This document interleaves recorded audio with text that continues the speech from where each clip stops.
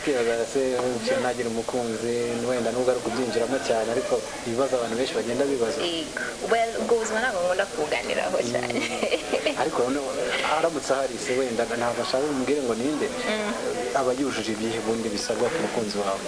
kubera one ama Christian so icyambere agomba kuba ari Christian kandi icyakabiri agomba kuba yubaha abantu bose ida uri umukobwa uri umuntu umwana kuba akubaha nanjye akanyubaha nk'umuntu kanyubaha nk'umukobwa kandi n'ikindi bashaka umuntu who challenges me umuntu undeba akavuga okay Fiona you know nagufate akabona nyine ufite potential nyinshi ku buryo yagufasha kugera muri dreams zawe zushaka instead yo kuza akagufata gutyo like bigashira naho muri like growing hamwe so no umuntu who challenges me someone who we can grow together someone who loves someone who is humble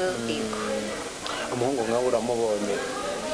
biramutse ushakanye n'umugabo akagukubita urushyi ngo kugucyabura bino bisanzwe ubu mwabyakira ntabwo nabyemera oya kandi yarugukubise ntabwo njya mbitekereza kubera ntabwo mbona bishobora kuba ni ikibazo umuntu nakwita ko ari icya feke cyangwa kiri fani wenda uri umukobwa ubu iyo uza kugira amahitamo yo guhitamo kuba umukobwa n'umuhungu wari guhitamo iki nshaka guhitamo umukobwa kubera ubu ngubu dufite opportunities nyinshi mu Rwanda like dufite member wa parliament ufite imyaka 23 w'umukobwa birashoboka so nanjye numva nakomeza ngo umukobwa nanjye ngakomeza kubona ayo mahirwe leta iri kugenda iduhereza reka tujye ku bintu bigendanye no ku myambaro wenda tunasoza tunava muri iki kiganiro cyacu ku myambaro ariko nanone igendanye n'imbuga nkoranyambaga dukunda kubona bagenda babyamagana rimwe na rimwe bakavuga ati abakobwa babiyambika wenda imyenda itari myiza bamwe bakavuga ati ni uburenganzira bw'abantu kuri weho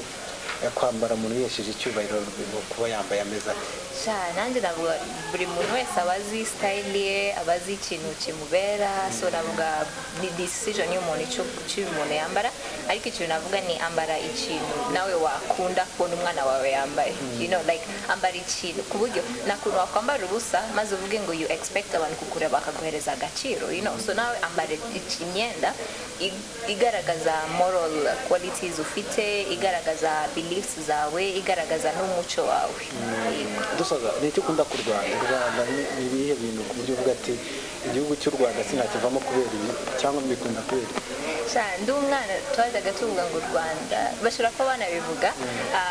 bavuga u Rwanda rugari rwa Gasabo igihugu cy'amata n'ubuki so nkunda amata kandi nkakunda ukuntu abanyarwanda twubahana kandi tubanye na community like twese ndaza ntabwo nkuzi ariko mbashaka kumenya uko umeze nagufasha gute kugira ngo umere neza tubanye nka community kandi ni ibintu byiza cyane uri umukobwa ufite imbaraga uri umukobwa ufite umwete no mu bintu ukora iyo umuntu akwitegereje ubona ko ubikora utitaye kuri umukobwa hanyuma abantu bakivuga ati umuntu ni umukobwa hari ibyo atashobora dusoza nihe nama wagira abakobwa bo kwiyumvamo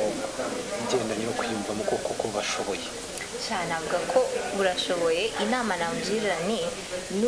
don't look at yourself maze utangire gutekereza ibintu udashoboye kubera mu buzima n'Imana iduhereje ubushobozi ahubwo wowe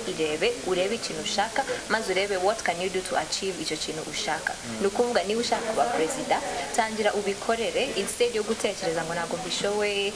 just be positive about life mu bintu byose kandi when you're positive you have a grateful heart ku buryo ugenda ushima buri kintu cyose kandi bikagufasha gushyiramo imbaraga mu bintu byo uri gukora nawe utarakanda subscribe kanda ku kamenyetso k'umutuku kanditseho subscribe kugira ngo uzajye ubona n'izindi video zitandukanye utasanga ahandi